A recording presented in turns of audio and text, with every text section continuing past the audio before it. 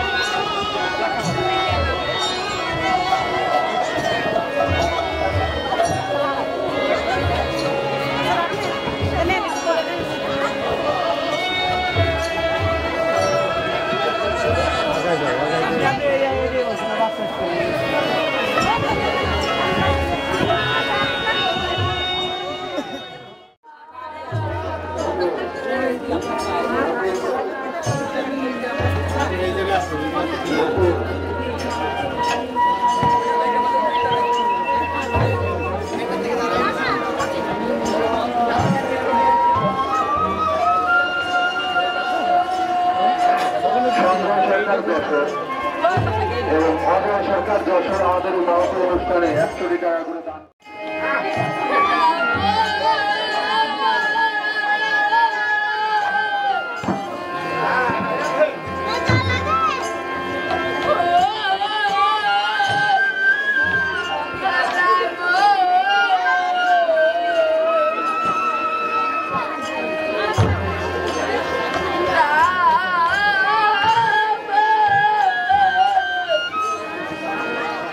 এই মুহূর্তে আছি মাগুরা জেলার শ্রীপুর উপজেলার শ্রী গিরিধারী শিব মন্দির এবং আশ্রমের যে শতবর্ষ নামযজ্ঞ অনুষ্ঠান হচ্ছে, এই নামযজ্ঞ অনুষ্ঠানে আজকে এই যে শতবর্ষের নামযজ্ঞ অনুষ্ঠান হচ্ছে তার ইতিহাস এবং এখানকার যে ঐতিহ্য, এই আশ্রমটি প্রতিষ্ঠার সাথে যাদের সংশ্লিষ্টতা ছিল এবং যে সমস্ত বাবাদের অক্লান্ত পরিশ্রমের মাধ্যমে এই আশ্রমটি শুরু হয়েছিল এবং এখনো চলছে এবং এই অঞ্চলের যাদের তত্ত্বাবধানে এই আশ্রমটি পরিচালিত হয়ে আসছে এবং এই শতবর্ষের এই নামযজ্ঞ অনুষ্ঠানটি পরিচালিত হচ্ছে, তাদের ভিতরে একজন শ্রী কৃষ্ণচন্দ্র কুন্ডি, তিনি একজন যাত্রা শিল্পী এবং সাংস্কৃতিক ব্যক্তিত্ব। আমরা এখন তার সাথে সাক্ষাৎ করছি, তার কাছে জানতে চাই এই যে আশ্রমের ইতিহাসটা প্রথমে কিভাবে শুরুটা হয়েছিল। ধন্যবাদ আপনাকে। আমরা এই আশ্রমটি প্রতিষ্ঠার শুরু থেকে এ পর্যন্ত শতবর্ষের মধ্যে কোনোদিন নামযজ্ঞ বন্ধ হয়নি, একটানা। এইবারে যে শতবর্ষ অনুষ্ঠানটি হচ্ছে, এই অনুষ্ঠান যিনি শুরু করেছিলেন তিনি এই আশ্রমটি প্রতিষ্ঠা করেছিলেন। তিনি আমাদের এই এলাকার সন্তান ছিলেন না, তিনি উড়িষ্যা থেকে হরিনাম প্রচার করতে করতে আমাদের এখানে এসে এলাকাবাসীর সঙ্গে এক পর্যায়ে মিশে তিনি এখানে তাদের সান্নিধ্যে, তাদের সহযোগিতায়, আমাদের এলাকাবাসীর সহযোগিতায় এখানে একটা আশ্রম প্রতিষ্ঠা করার প্রস্তাব করলে এলাকাবাসী তাকে সহযোগিতা করে এবং গোপীনাথ কুণ্ডু নামে প্রয়াত গোপীনাথ কুণ্ডু তিনি জায়গা দান করেন এবং সেখানে 20 শতক জায়গা তখন তিনি দেন এবং সেই 20 শতক জায়গার উপরে এই বাবাজি, যার নাম যিনি বড় হয়েছেন প্রভুপাদ শ্রীল নরোত্তম বাবাজি মহারাজ, তিনি উড়িষ্যাবাসী, বাংলা বলতে পারতেন খণ্ড খণ্ড। এখানে এসে পুরোপুরি উনি বাংলা শিখেছিলেন। তারপর তিনি এক পর্যায়ে এখানে এই আশ্রমটি প্রতিষ্ঠা করেন। আশ্রমটি যখন তিনি প্রতিষ্ঠা করেন তখন সালটি ছিল 1923। 1923 সালে আশ্রম প্রতিষ্ঠা করেই তারপরে বৎসরেই 1924 সালে প্রথম নামযজ্ঞ অনুষ্ঠান করেন অষ্টপ্রহর, অর্থাৎ একদিন। আমরা জানি প্রতি 3 ঘন্টা পর পর প্রহর হয়, তার মানে 24 ঘন্টায় 8টা প্রহর। একদিন নাম করেছিল, তারপর থেকে 2 দিন, তারপরে প্রতি বছর 3 বছর প্রতি বছর এখানে আমাদের হিন্দুদের দোল পূর্ণিমা উৎসব আছে, যেটি প্রতি বছর ফাল্গুন মাসেই প্রায় অনুষ্ঠিত হয়ে থাকে। সেই অনুষ্ঠানের তিথিটা ধরে এখানে প্রতি বছর নাম অনুষ্ঠিত হয় 3 বছর, 3 দিন।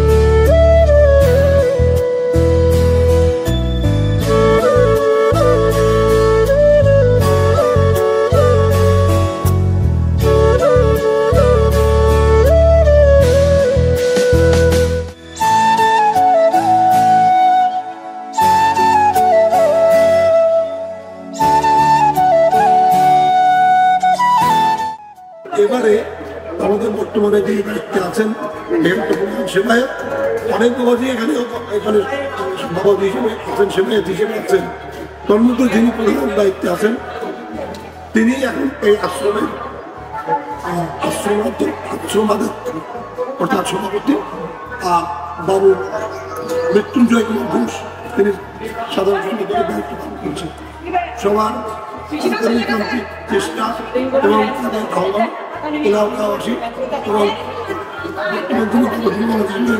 মূল দায়িত্বে আছেন তার শ্রীমৎ অসীম কৃষ্ণ দাস মহারাজ। তিনি এলাকাবাসী এবং তার এলাকা সুদূর যশোর, মাগুরা, ঝিনাইদহ, কুষ্টিয়া, বরগুনা, এমনকি রাজধানী ঢাকাতেও তার বহু শিষ্য আছে যারা অকৃপণ হস্তে এখানে অনুদান দিয়ে থাকেন। তাদের অনুদানে এবং এলাকাবাসীর কিছু আর্থিক সহযোগিতায় এখানে এবারে তিনি 14 মাদল নামক নামযজ্ঞ অনুষ্ঠিত করার একটা সংকল্প করেন। এই 14 মাদলটা উনি করার সংকল্পটা করেছিলেন 5 বছর থেকে, শুধু স্থির করেছিলেন। আমি ইতিপূর্বে প্রথম আমাদের সঙ্গে আলোচনায় বসেন এলাকাবাসীকে দেখে আমি 14 মাদলের ব্যাখ্যা দেব। তার আগে বিষয়টা আপনাকে জানিয়ে রাখি যে এই 14 মাদল নামযজ্ঞটা উনি করতে চেয়েছিলেন, তারই পরম্পরায় করতে তিনি তাকে যখন ইনি করেন তাকে পরামর্শ দিয়েছিলেন, তুই তাকে আদর করে তুই বলে ডাকতেন, তুই এখানে একদিন 14 করিস, তাহলে আমি ওপর থেকে সেই তার কথা রক্ষার্থে তার মনে বাসনা মহারাজের যে প্রথম শিষ্য কুঞ্জদার। তারপর এই 14 মাদল নামযজ্ঞটা সেই হিসেবে এবারে অনুষ্ঠিত হচ্ছে। এটা এবারে সুলভ হবে 2 দিন, তবে এই অনুষ্ঠানটা 9 দিন ব্যাপী শুরু হয়েছে। বিভিন্ন অনুষ্ঠান সাজিয়েছে আমরা, হোমযজ্ঞ, গীতা হোমযজ্ঞ, ভাগবত পাঠ এবং অন্যান্য আরো আনুষঙ্গিক অনুষ্ঠান সহ মূল নামযজ্ঞ দিবস অনুষ্ঠান চলছে। আজকে প্রথম দিন 14 মাদল সম্পর্কে আপনাদের প্রশ্ন থাকতে পারে। 14 মাদল নামযজ্ঞটা কি? 14 মাদল নামযজ্ঞ, মাদল শব্দের অর্থ হল খোল, একটা বাদ্যযন্ত্র খোল, এবং সেই খোল এক একটা নামযজ্ঞ 2টা করে সেই বলেছে যে 14 মাদল নামযজ্ঞ প্রত্যেকটা 7টা নামযজ্ঞ মঞ্চ অনুষ্ঠিত করতে পারবে, 14টা খোল আসবে এবং প্রত্যেক মঞ্চে এই হরিনাম সংযুক্ত রেখে হবে। যেখানে এরকম 14টা খোলের মাধ্যমে হিসাবে 7টা মঞ্চে নামযজ্ঞ অনুষ্ঠিত হয়, সেটাকেই 14